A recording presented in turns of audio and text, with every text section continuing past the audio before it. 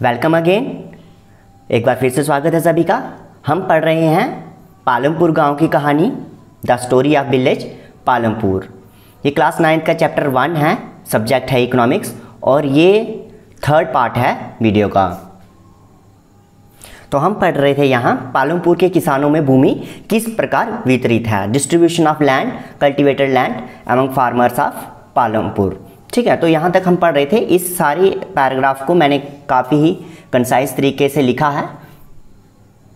तो आप देख पा रहे हैं किस तरह से पालमपुर में भूमि का वितरण है, distribution of land in Palampur. तो कितने कुल परिवार हैं? कुल परिवार हैं 450, टोटल फैमिलीज 450। भूमिहीन परिवार कितने हैं जिनके पास ज़मीन नहीं है? लैंडलेस फैमिलीज कितनी है? 150।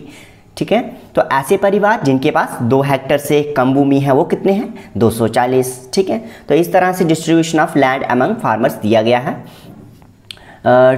240, ठीक है, ये पढ़ लिया। मीडियम एंड लार्ज फार्मर्स जिनके पास 2 हेक्टेयर से कम भूमि है, मीडियम और बड़े किसान, तो कितने हैं वो? 60 किसान हैं, ऐसे 60 फैमिलीज हैं ऐसे किसानों की। तो large farmers with land over 10 hectares, तो ऐसे किसान जिनके पास ज़मीन 10 हेक्टर से ज़्यादा है। ठीक है, तो वो कितने हैं? टोटल 10। तो ऐसी 10 फैमिलीज हैं किसानों की जिनके पास, जो बड़े फार्मर्स हैं और जिनके पास 10 हेक्टर से ज़्यादा ज़मीन है। तो ठीक है, तो इस तरह से आपको पता चलता है कि पालमपुर गांव है उसमें ज़मीन किस तरह से बंटी हुई है लोगों में।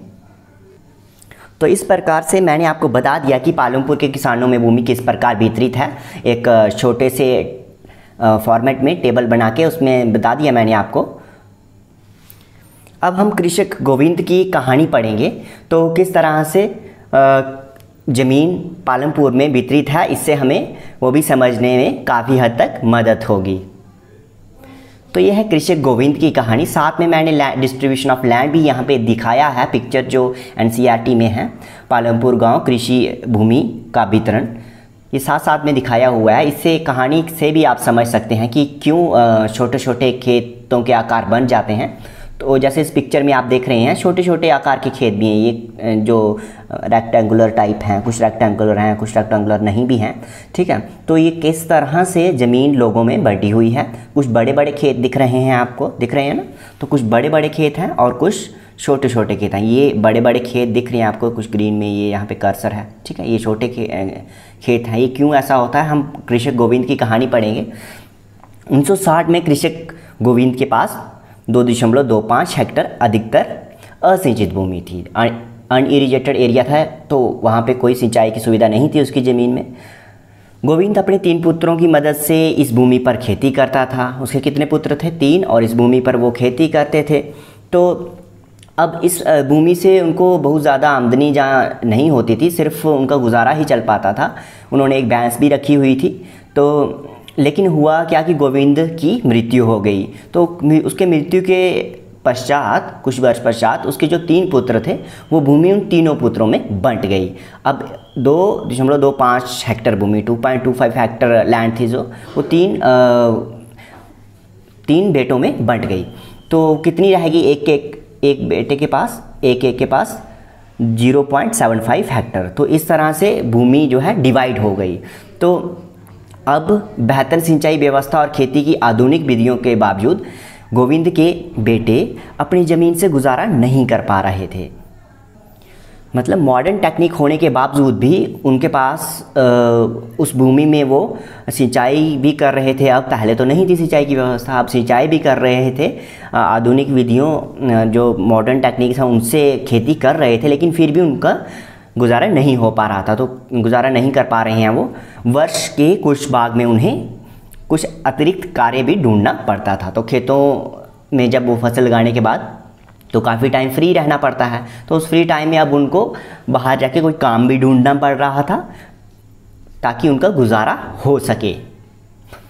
तो इस प्रकार आपने देखा कि भूमि के डिवाइड होने के भी क्या कारण होते हैं और कैसे आगे आगे और डिवाइड होती जाती है, छोटे छोटे खेत होते जाते हैं। तो जैसे आपने कृषक गोविंद की कहानी में भी देखा कि 3 बेटों में भूमि डिवाइड हो गई जब, तो छोटे छोटे खेत हो गए, है ना?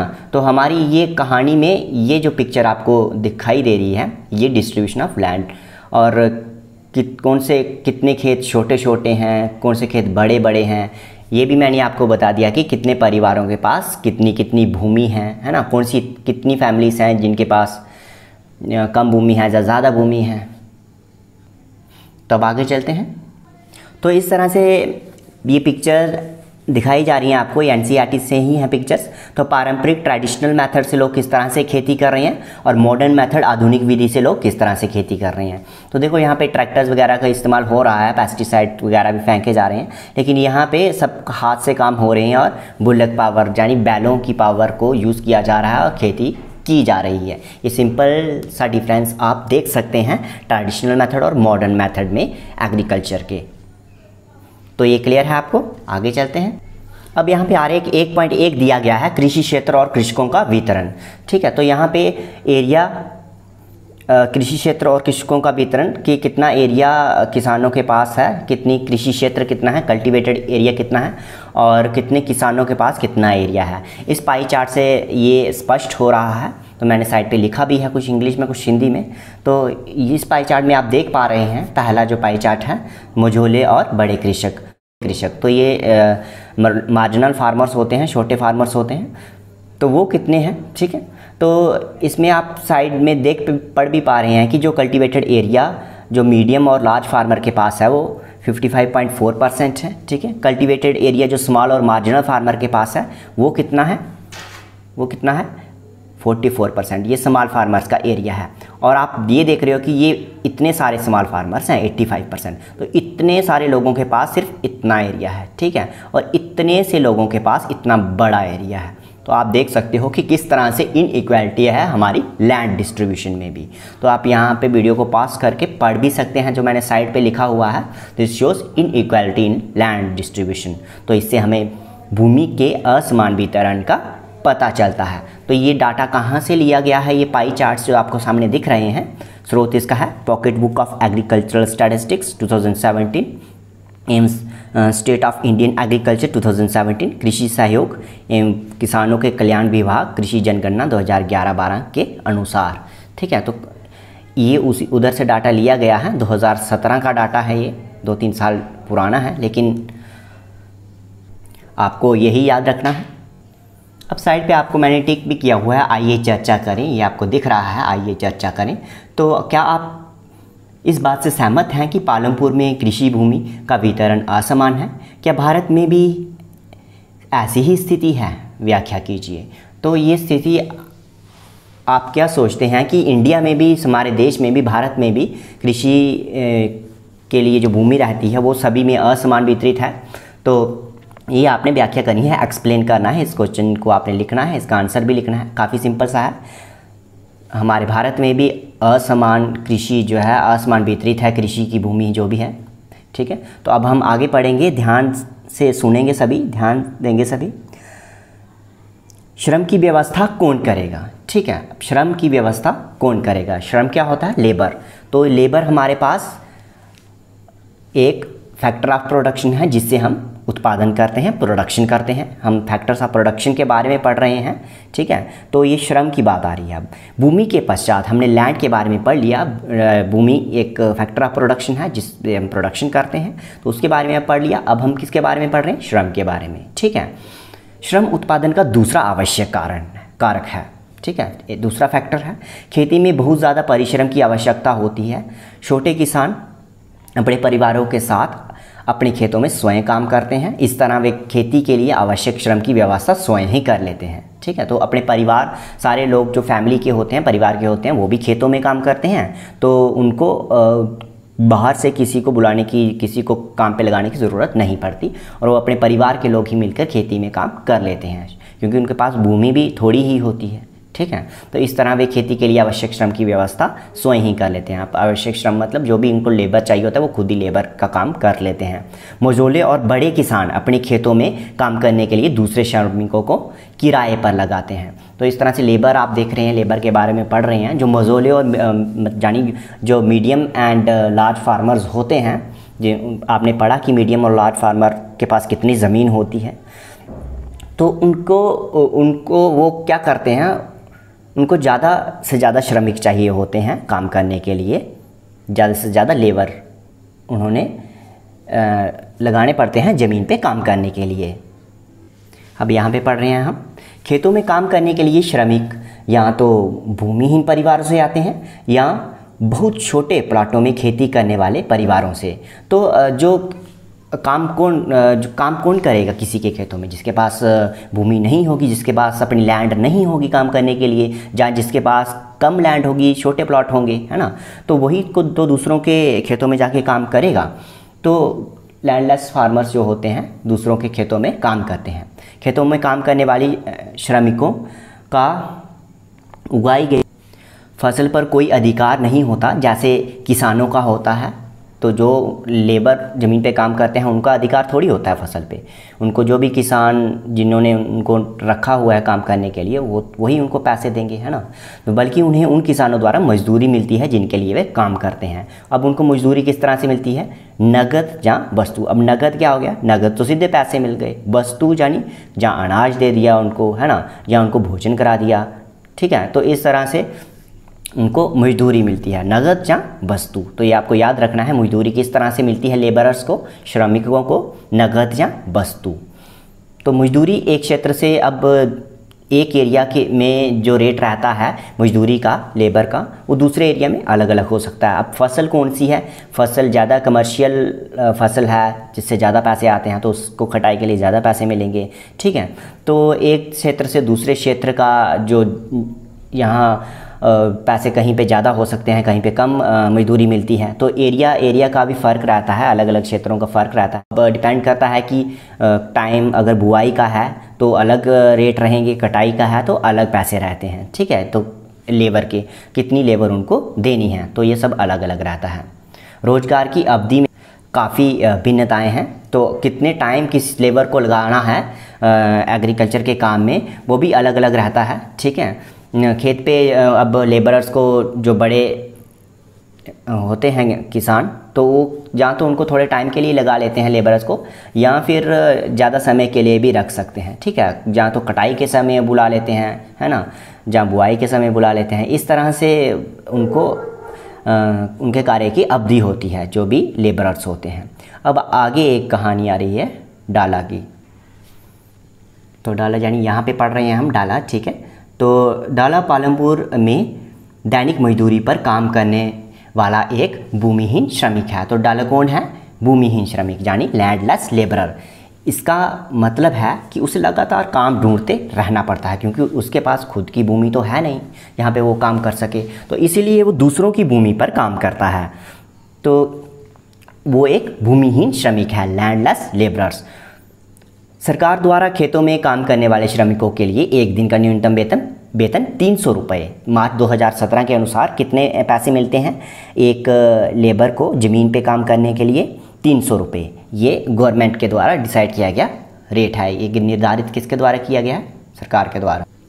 लेकिन डाला को मात्र 160 रुपये ही मिलते हैं। पालमपुर में खेतीहर श्रमिकों में बहुत ज़्यादा स्पर्धा है। तो अब उसको कितने पैसे मिलते हैं डाला को? फिर भी क्यों 300 रुपया तो सरकार द्वारा निर्धारित है, लेकिन फिर भी उसको 160 रुपये ही मिलते हैं, कम पैसे मिलते हैं, ठीक है। तो क्यों कम मिलते हैं? क्योंकि वहाँ पे खेतीहर श्रमिक बहुत ज़्यादा हैं, ठीक है। जो लैंडलेस लेबरर्स हैं बहुत ज़्यादा हैं, तो उनको ज़मीन पे काम करने के लिए बहुत कम मिलता है, कंपटीशन ज़्यादा है, तो इसीलिए उनको कम वेतन पे भी काम करना पड़ता है। तो ये आगे प्रश्न भी आएगा, इसका उत्तर ये है, ठीक है, कि क्यों कम पैसों पे काम किया जाता है, लैंडलेस लेबर, ठीक है, खेतीहर श्रमिक, तो कम वेतन पर भी उनको काम करना पड़ता है। डाला अपनी स्थिति के बारे में रामकली से शिकायत करता है, जो कि एक अन्य खेतीहर श्रमिक है। तो डाला किससे शिकायत करता है? रामकली से, कि हमें इतने कम पैसे मिलते हैं, तो इतना कम काम भी मिलता है साथ में। तो रामकली कौन है? ये भी उसी की तरह एक खेतीहर श्रमिक है। खेतीहर श्रमिक यानी लैंडलेस लेबरर, जिसके पास खुद की ज़मीन नहीं है।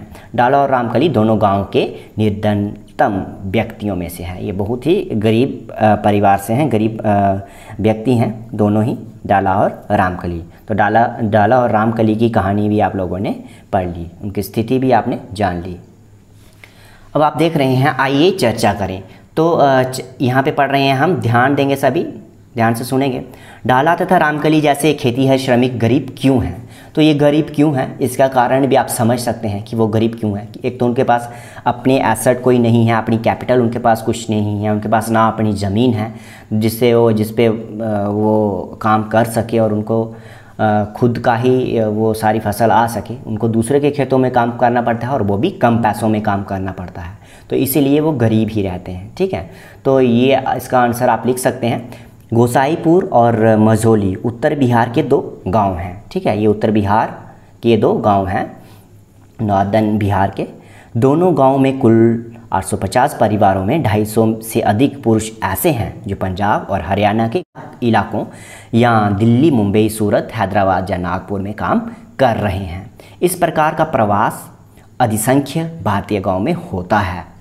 लोग प्रवास क्यों करते हैं? क्या आप इस बात की व्याख्या अपनी कल्पना के आधार पर कर सकते हैं कि गोसाईपुर और मझौली के प्रवासी अपने गंतव्यों पर किस तरह का काम करते होंगे? तो अब यहाँ पे प्रवास यानी माइग्रेशन होती रहती है, लोग एक जगह से दूसरी जगह पे काम करने के लिए जाते रहते हैं। उसका रीज़न क्या है? उसका रीज़न आप डाला और रामकली जैसे खेतीहर मजदूरों से भी समझ सकते हैं कि उनको वहाँ पे एक तो स्पर्धा इतनी है, इतना कंपटीशन है, काम ही नहीं मिलता, और काम मिलता भी है तो वह बहुत कम वेतन पर मिलता है। तो इस तरह से उन्हें प्रवास करना पड़ता है। आप ये सोच सकते हैं, आप खुद भी सोच सकते हैं। ठीक है, अपनी कल्पना कीजिए कि क्या कारण है। ठीक है, उनको प्रवास करना पड़ता है, उनको माइग्रेट होना पड़ता है, एक जगह से दूसरी जगह जाना पड़ता है। तो उनकी डेस्टिनेशन पे वो अपनी जगह पे काम किस तरह से काम वो करते होंगे, ये भी आप सोच सकते हैं। आपको विचार करना है और इसके बारे में आपको लिखना भी है। तो आगे चलते हैं। अब आपने लेबर के बारे में पढ़ लिया, श्रमिक के बारे में पढ़ लिया, भूमि एक फैक्टर ऑफ प्रोडक्शन है उसके बारे में पढ़ लिया, लेबर के बारे में पढ़ लिया। अब आप पढ़ेंगे कैपिटल के बारे में। तीसरा फैक्टर ऑफ प्रोडक्शन क्या है? कैपिटल। ठीक है, तो आप एक फैक्टर ऑफ प्रोडक्शन के बारे में, उत्पादन के जो कारक हैं उसके बारे में पढ़ रहे हैं। तो खेतों के लिए आवश्यक पूंजी, कैपिटल रिक्वायर्ड, जो भी उसके लिए खेतों के लिए रहती है। ठीक है, तो अब यहाँ पे हैं हम 6 वाला पार्ट यहाँ पे पढ़ रहे हैं। ठीक है, तो सभी ध्यान से सुनेंगे। आप पहले ही देख चुके हैं कि खेती के आधुनिक तरीकों के लिए बहुत अधिक पूंजी की आवश्यकता होती है। तो आपने पहले भी पढ़ लिया, जैसे कि आधुनिक कृषि है, जो आधुनिक तरीके हैं, मॉडर्न टेक्निक्स जो हैं, मॉडर्न मेथड्स हैं, उनमें पैसों की ज़्यादा ज़रूरत रहती है। पूंजी का अर्थ यहाँ पे मशीन्स और पैसा दोनों आ जाता है। ठीक है, अब किसानों को पहले की अपेक्षा ज़्यादा पैसे चाहिए। तो अब पहले तो पैसों की ज़रूरत ही नहीं होती थी, मैंने जैसे आपको बताया था कि वो खाद घर की हो जाती थी, बीज भी घर के ही हो जाते थे, तो बाज़ार पे उनको निर्भर रहना ही नहीं पड़ता था। तो अब उनको आधुनिक अगर तरीक़ों से कृषि कर रहे हैं किसान, तो उनको ज़्यादा पूंजी की आवश्यकता है, ज़्यादा कैपिटल चाहिए, उन्हें ट्रैक्टर्स चाहिए, मशीन्स चाहिए, पैसे चाहिए, कीटनाशकों के लिए, बीज के लिए। ठीक है, तो अधिसंख्य, अब पहली बात आ रही है अधिसंख्य, यहाँ पे फर्स्ट पॉइंट। ठीक है, तो अधिसंख्य छोटे किसानों को पूंजी की व्यवस्था करने के लिए पैसे उधार लेना पड़ता है। तो उनको पैसे उधार क्यों लेने पड़ते हैं? क्योंकि उनकी जो ज़मीन होती है वो भी कम होती है, उनकी प्रोडक्शन भी कम ही हो पाती है, और वो सारी प्रोडक्शन को कंज्यूम कर चुके होते हैं, खा चुके होते हैं। इसीलिए उनको बार बार पैसा उधार लेना पड़ता है, हर बार जब भी उनको दोबारा से फसल लगानी हो तो। ठीक है, वे बड़े किसानों से या गाँव के साहूकारों से या खेती के विभिन्न आगतों की पूर्ति करने वाले व्यापारियों से कर्ज लेते हैं। तो उनको अब पैसे कहाँ से मिलेंगे? छोटे किसानों को अब ज़मीन कम होगी तो उन किसानों को ऋण भी कम ही मिलेगा, कर्ज भी कम ही मिलेगा। तो ये कर्ज लेते किससे हैं? साहूकार, जिनको मनी लेंडर बोलते हैं हम इंग्लिश में। तो उनसे ये कर्ज लेते हैं, जहाँ व्यापारियों से कर्ज लेते हैं। तो ऐसा भी होता है कि कभी कभी तो अपने रिलेटिव से भी कर्ज लेते हैं। ठीक है, ऐसे कर्जों पर ब्याज की दर बहुत ऊंची होती है, जो भी रेट ऑफ इंटरेस्ट इनको देना पड़ता है वो बहुत ज़्यादा होता है। तो वो इतना कर्ज, इस कर्ज पे थोड़ा भी कर्ज होगा तो उस पर रेट ऑफ इंटरेस्ट ही, ब्याज दर ही इतनी ऊंची होती है कि ये कभी उस कर्ज को चुका ही नहीं पाते और इन्हें बहुत ज़्यादा कष्ट सहने पड़ते हैं। अब दूसरा पॉइंट है पूंजी का ही। ठीक है, तो यहाँ पे है छोटे किसानों के विपरीत मझौले और बड़े किसानों को खेती से बचत होती है। इस तरह वे आवश्यक पूंजी की व्यवस्था कर लेते हैं। इन किसानों को बचत कैसे होती है, आप इसका उत्तर अगले भाग में पाएंगे। तो ये जो बड़े किसान होते हैं इनको सेविंग हो जाती है और ये आवश्यक पूंजी खेतों से ही जुटा लेते हैं। ठीक है, तो ये कैसे होता है ये आप आगे देखेंगे। तो आगे बढ़ने से पहले हम देखेंगे सविता की कहानी। ये आपकी किताब में है कहानी। तो क्या है ये कहानी, इस कहानी से हमें क्या पता चलता है अपने एग्रीकल्चर के बारे में, किस तरह से जो किसान होते हैं, छोटे किसान होते हैं, उनकी जीवन कैसा होता है, तो इसके बारे में आपको पता चलेगी। तो पढ़ते हैं सविता की कहानी, स्टोरी ऑफ सविता। सविता एक लघु कृषक है। ठीक है, वो एक छोटी कृषक है जिसके पास कुछ ज़्यादा ज़मीन नहीं है। वह अपनी 1 हेक्टर ज़मीन पर गेहूं पैदा करने की योजना बनाती है। तो गेहूं की फसल लगाती है वो, और बीज और कीटनाशक के साथ साथ उसे पानी खरीदने और खेती के लिए औजारों की मरम्मत करवाने के लिए नगद पैसों की ज़रूरत होती है। उसका अनुमान है कि कार्यशील पूंजी के रूप में ही एक बड़े किसान तेजपाल सिंह से कर्ज लेने का निर्णय लेती है। तो वो कार्यशील पूंजी के लिए, वर्किंग कैपिटल जैसे आपने पढ़ा भी, कार्यशील पूंजी के लिए जो भी बीज खरीदने के लिए, जहाँ कीटनाशक खरीदने के लिए, जहाँ है ना, तो इसके लिए वो कर्ज लेती है। किससे? तेजपाल सिंह से। तो तेजपाल सिंह सविता को 24% की दर पर 4 महीने के लिए कर्ज देने को तैयार हो जाता है। तो कितना ज़्यादा इंटरेस्ट रेट है ये, 24%, ये आप समझ सकते हो। ठीक है, आज बैंक हमें किसानों को काफ़ी कम दर है ऋण देते हैं, तो इतनी सारी ब्याज दर की शर्त उसने रख दी, जो ब्याज की एक बहुत ऊंची दर है। सविता को यह भी वचन देना पड़ता है कि वह कटाई के मौसम में उसके खेतों में एक श्रमिक के रूप में 100 रुपये प्रतिदिन पर काम, 100 रुपये प्रतिदिन मतलब एक दिन का 100 रुपये पर काम करना पड़ेगा, जब भी उसको कटाई के मौसम में उसकी ज़रूरत रहेगी। ठीक है, तो आप भी कह सकते हैं कि यह मजदूरी बहुत कम है। तो 100 रुपये मजदूरी एक दिन की काफ़ी कम होती है, ये हम भी सोच सकते हैं। ठीक है, सविता जानती है कि उसे अपने खेत की कटाई पूरी करने में बहुत मेहनत करनी पड़ेगी और इसके बाद तेजपाल के खेतों में भी श्रमिक की तरह काम करना होगा। तो उसको अपने खेत भी तो है, अपने खेत में भी काम करेगी, फिर तेजपाल के खेत में भी काम करेगी, तो उसको कितनी कठिनाई होती है और कैसे वो काम करती है, कितनी मुश्किल में वो अपना जीवन व्यतीत कर रही है। कटाई का समय बहुत व्यस्त होता है। ठीक है, तो उस समय तो किसी के पास भी टाइम नहीं होता है। अब सविता 3 बच्चों की माँ है, उसके ऊपर बच्चों की भी जिम्मेदारी है, घर का भी उसको काम करना होता है, लेकिन फिर भी वो इन कठोर शर्तों को मान लेती है क्योंकि उसको पता है, ठीक है, कि छोटे किसानों को कर्ज मिलना बहुत कठिन है। तो इसीलिए उसकी सारी शर्तें, तेजपाल सिंह की सारी शर्तें सविता मान लेती है क्योंकि उसको पता है कि वो एक छोटी किसान है और छोटे किसान को कोई भी ऋण देने के लिए तैयार नहीं होता, और अगर उसने ऋण दिया है तो उसकी शर्तें उसको माननी ही होंगी, नहीं तो उसको कर्ज नहीं मिलेगा और वो अपने खेत पर कोई फसल नहीं लगा पाएगी। जैसे वो यहाँ पे गेहूँ पैदा करने की सोच रही है, योजना बना रही है, लेकिन वो नहीं कर पाती अगर उसे तेजपाल सिंह से कर्ज नहीं मिलता। तो ये एक लघु कृषक की कहानी है। ठीक है, जो स्मॉल फार्मर्स होते हैं जिनके पास बहुत कम ज़मीन होती है, 2 हेक्टर से भी कम होती है, तो उनको किस तरह से उनका जीवन रहता, काफ़ी एक मुश्किल सी स्थिति होती है छोटे किसानों के लिए। तो अब तक की कहानी, अब तक हमने क्या पढ़ा, यहाँ पे पढ़ रहे हैं हम। ठीक है, तो अब तक की कहानी में आपने कितने फैक्टर्स के बारे में पढ़ा? 3 कारकों के बारे में पढ़ा, 3 फैक्टर्स के बारे में पढ़ा, 3 कारकों के बारे में। कौन कौन से कारक हैं वो उत्पादन के? भूमि, श्रम और पूंजी, लैंड, लेबर एंड कैपिटल, इनके बारे में आपने पढ़ा तथा खेती में इनके प्रयोग के बारे में पढ़ा। आपने इन सभी फैक्टर्स को किससे डील करके पढ़ा, किसके साथ जोड़ के पढ़ा? भूमि से। ठीक है, खेती से। तो खेती में ही भूमि, खेती में ही श्रम और पूंजी को लगाया जा रहा है, जैसे, है ना।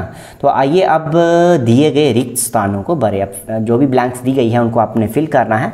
आपने ये ऑलरेडी पढ़ चुके हैं, आप आसानी से भी इसको फिल कर सकते हो, या आपने खुद ही फिल करना है। इसको पढ़ते हैं। उत्पादन के 3 कारकों में श्रम उत्पादन का सर्वाधिक प्रचुर मात्रा में उपलब्ध कारक है। ऐसे अनेक लोग हैं जो गांव में खेतीहर मजदूरों के रूप में काम करने को तैयार हैं, जबकि काम के अवसर सीमित हैं। वे या तो भूमिहीन परिवारों से हैं या डैश। ठीक है, तो अब आपको पता है कि जो लेबर है, लेबर बहुत ज़्यादा है हमारे कंट्री में भी, हमारे देश में भी, तो लेकिन जो अवसर हैं काम के वो बहुत कम हैं, बहुत ही ज़्यादा स्पर्धा है, कंपटीशन है, काम कम है और लेबर ज़्यादा हैं। तो जो काम खेतों पर करेंगे, ठीक है, जो कुछ तो भूमिहीन परिवारों से होंगे जिनके पास ज़मीन होगी नहीं, और दूसरे लोग कौन काम करते हैं जिनके पास कम भूमि होती है। तो लघु कृषक आ सकता है यहाँ पे। ठीक है, आपको खुद भी सोचना है। उन्हें बहुत कम मजदूरी मिलती है और वे कठिन जीवन जीते हैं। तो मजदूरों को बहुत कम मजदूरी मिलती है और कठिन जीवन जीते हैं। आपने सविता की कहानी भी पढ़ी जैसे, है ना। तो श्रम के विपरीत डैश उत्पादन का एक दुर्लभ कारक है। कृषि भूमि का क्षेत्र डैश है, इसके अतिरिक्त भूमि उपलब्ध भूमि भी डैश रूप से खेती में लगे लोगों में वितरित है, और भूमि हमें पता है असमान रूप से वितरित है। ठीक है, तो इस तरह से आपने ये इनको ब्लैंक्स को फिल करना है। ऐसे कई छोटे किसान हैं जो कई छोटे टुकड़ों पर, यहाँ पे पढ़ रहे हैं, कई छोटे टुकड़ों पर खेती करते हैं और जिनकी स्थिति भूमिहीन खेतीहर मजदूरों से बेहतर नहीं है। उपलब्ध भूमि का अधिकतम प्रयोग करने के लिए किसान डैश और डैश का उपयोग करते हैं। इन दोनों से फसलों के उत्पादन में वृद्धि हुई है। तो इस तरह से आपने पढ़ा है पहले किस तरह से ब्लैंक्स भरनी है, तो आपको ये खुद करना है। आगे अगला पैरा, खेती की आधुनिक विधियों में डैश की अत्यधिक आवश्यकता होती है। छोटे किसानों को सामान्यतः पूंजी की व्यवस्था करने के लिए पैसे उधार लेने पड़ते हैं और कर्ज चुकाने के लिए उन्हें बहुत कष्ट सहने पड़ते हैं। आपने पीछे कहानी भी पढ़ी। तो आधुनिक विधियों में डैश की अत्यधिक आवश्यकता रहती है, तो आप समझ सकते हैं, नीचे लिखा भी है पूंजी। ठीक है, तो इसलिए विशेष रूप से छोटे किसानों के लिए पूंजी भी उत्पादन का एक दुर्लभ कारक है। तो पीछे आपने दुर्लभ कारक क्या पूछा गया था, दुर्लभ कारक कौन सा है? पूंजी। ठीक है, कैपिटल सबके पास नहीं होती, पैसा सबके पास नहीं होता, ये दुर्लभ कारक है। ये फैक्टर ऑफ प्रोडक्शन सीमित है। जैसे लेबर प्रचुर होता है, काफ़ी ज़्यादा मात्रा में अवेलेबल रहता है, लेकिन पूंजी जो कैपिटल है काफ़ी कम रहती है लोगों के पास। ठीक है, यद्यपि अगला पैरा है, यद्यपि भूमि और पूंजी दोनों दुर्लभ हैं। भूमि भी लिमिटेड है, लैंड भी लिमिटेड है, लैंड को बढ़ाया नहीं जा सकता। कैपिटल भी लिमिटेड रहती है, कम रहती है लोगों के पास। उत्पादन के इन दोनों कारकों में एक मूल अंतर है। डैश प्राकृतिक संसाधन है जबकि डैश मानव निर्मित है। और अब आपको पता है भूमि प्राकृतिक संसाधन है जहाँ मानव निर्मित है, तो आप समझ सकते हैं आपको क्या फील करना है यहाँ पे। भूमि को बढ़ाना संभव है जबकि पूंजी को बढ़ाना संभव है जबकि भूमि स्थिर है। तो पूंजी, अब यहाँ से ही आपको आंसर क्लियर हो रहा है, आप आसानी से फिल कर सकते हैं। इसलिए ये बहुत आवश्यक है कि हम भूमि और खेती में प्रयुक्त अन्य प्राकृतिक संसाधनों की तरह देखभाल करें। तो ये पैराग्राफ ये आपको फिल करना है, ये भी आपके लिए काम है। अब हम चलते हैं अभ्यास के प्रश्नों की ओर। तो पहला प्रश्न है, भारत में जनगणना के दौरान 10 वर्ष में एक बार प्रत्येक गांव का सर्वेक्षण किया जाता है। पालमपुर में संबंधित सूचनाओं के आधार पर निम्न तालिका को भरिए। तो ये एक क्वेश्चनियर टाइप है, एक तालिका है, तो इसको आपने फिल करना है। हर 10 साल में सेंसस होता है, जनगणना होती है, सर्वे होता है। तो अभी 2021 में होगा जैसे, तो इस इन्फॉर्मेशन को आपने भरना है। पालमपुर के बारे में आपने पढ़ा भी है। तो अवस्थिति क्षेत्र, ठीक है, लोकेशन कौन सी है, गाँव का कुल एरिया कितना है, आपने देखा कुल क्षेत्र कितना है, कितनी ज़मीन है, भूमि का उपयोग हेक्टर में, कितनी भूमि जो है कल्टीवेटेड एरिया है, जहाँ टोटल एरिया का जो पालमपुर में है वो कितना है वो फिल करना है आपने। नीचे छोटा टेबल है, सिंचित भूमि कितनी है, असिंचित भूमि कितनी है, इरिगेटेड और अनइरिगेटेड लैंड कितनी है। कृषि के लिए उपलब्ध भूमि इधर खुद लिखा हुआ है 26 हेक्टर, इसको आपने फिल नहीं करना है। अब आगे चलते हैं। अब आगे आ रहा है घ, ठीक है, यहाँ पे तो यहाँ पे शैक्षिक, अब लोगों की पढ़ाई के लिए एजुकेशनल इंस्टीट्यूशन कितने हैं आपने पढ़ा, प्राइमरी स्कूल कितने हैं, है ना। तो चिकित्सा के लिए आपने पढ़ा प्राइमरी हेल्थ सेंटर, ठीक है, वो कितने हैं, डिस्पेंसरी कितनी है।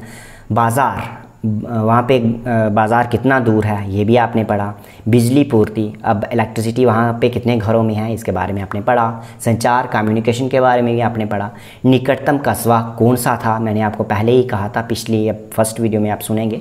तो निकटतम कस्बा कौन सा था उसके बारे में बताया गया है। तो यहाँ तक ये आप फिल कर सकते हैं अगर आपने अच्छे से पिछले वाली वीडियोज़ को भी अच्छे से सुना है या अच्छे से किताब में पढ़ा है, तो आप ये सारे आसानी से फिल कर पाओगे।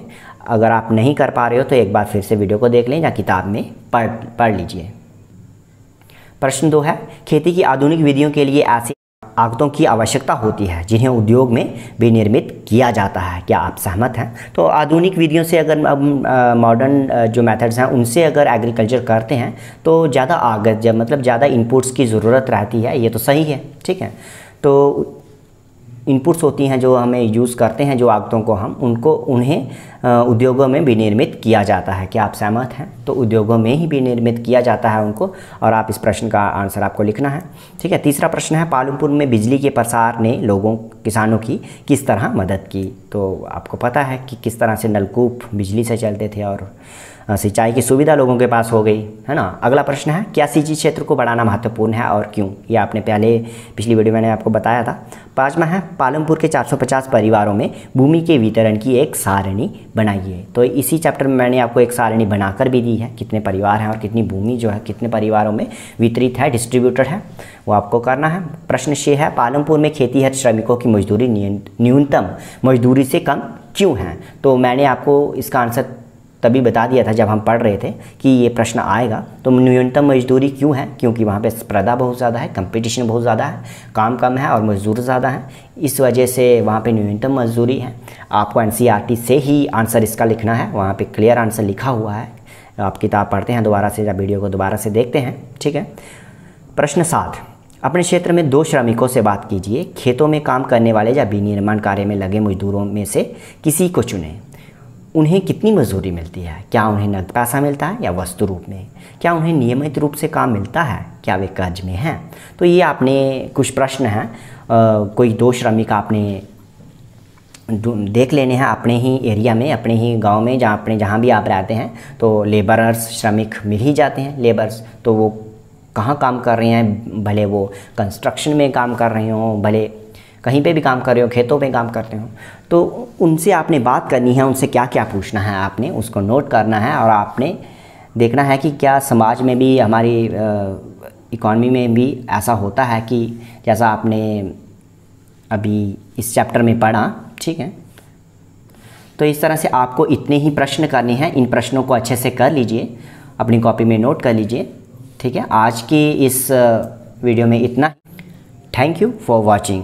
आप चैनल को सब्सक्राइब भी कर सकते हैं अगर आपको वीडियो भी देखनी है तो।